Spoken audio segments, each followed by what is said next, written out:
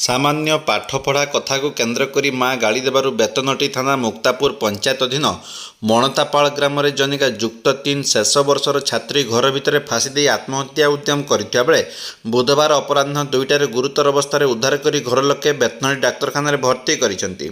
सूचना मुताबक बेतनटी थाना मुक्तापुर पंचायत अधीन मणतापाल ग्रामर सनातन मुर्मू झील लक्ष्मीमणि मुर्मू बैसिंगा स्थित महात्मा गांधी डिग्री कॉलेज युक्त 3 शेष वर्षर छात्री होता बेले बुधवार अपराह्न पाठपढ़ा को केन्द्र करी माँ बाली मुर्मू आकट करने सहित गाड़ी देते।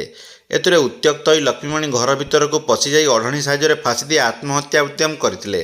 घर लोके लक्ष्मीमणि को झुलंता अवस्था देखि संगे संगे उद्धार कर बेतनटी डाक्तरखाना भर्ती करथिले। लक्ष्मीमणि चेतना थिया बेले गुरुतर अवस्था घर लोके डाक्तरखाना भर्ती करथिले।